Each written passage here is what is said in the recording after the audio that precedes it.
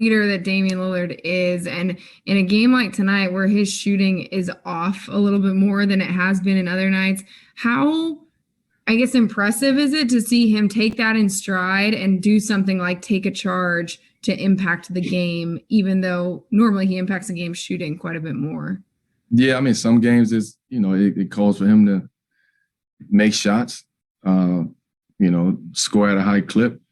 Tonight it wasn't that night. We kind of knew that going into the game that they was going to, trap him and double team him. And then he made winning plays.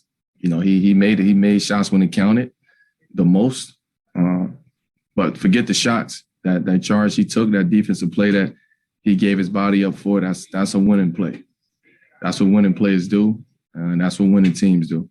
And he stepped up to the challenge today.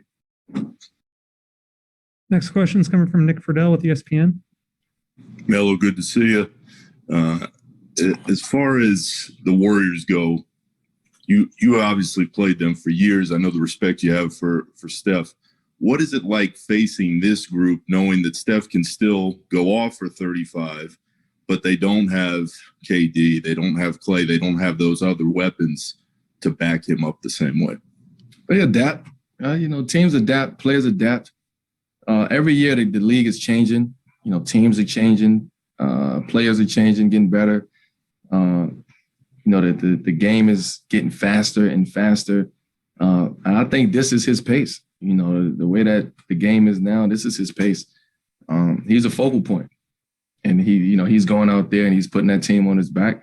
I mean, he's still who he is, right? He's still Steph Curry. I mean, he out there sometimes you in awe watching him play and the shots that he make, the shots that he take. It's just great to watch. Next question is coming from Aaron Fentress with the Oregonian. Carmelo Daniels talked recently about some of the personal things going on in his life. Jason wrote about it today. What have you seen from him lately in terms of his mood? Have you had conversations with him about how he's feeling about stuff that's been going on with his life? Dame? Yeah. Yeah. I mean, we in constant communication about that. That's most important. Where his mind is at, how he's feeling emotionally. But he's been doing a great job of just, compartmentalizing that stuff. And when you get on the court, it's all about basketball and, it's life. You know what I mean? We all go through it. It's just, he's going through it right now. So for me, I got to be there for him. We have to be there for him. Just keep, giving him that support, that shoulder to lean on. But he's been doing a great job. I know how tough it is. I've been in those situations before plenty of times, too many times. So I know what he's dealing with, what he's going through. So a lot of times on the court is where you have 2 hours, 3 hours to kind of just get away from everything and kind of just lock in. And usually that's our therapy. That's the basketball part is our therapy. Thanks. Next question is coming from Jamie Hudson at NBC Sports Northwest.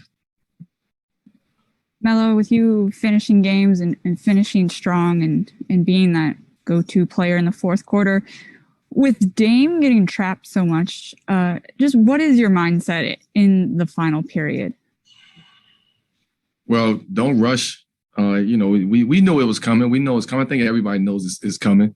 But don't rush. Once you give it up, let's make smart plays. Let's make the right play. Don't try to do too much out of that.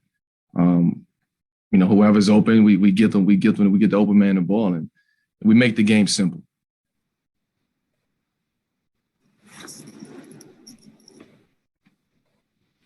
All right, we'll wrap there. Thanks, Melo. Thank you, guys. See you tomorrow.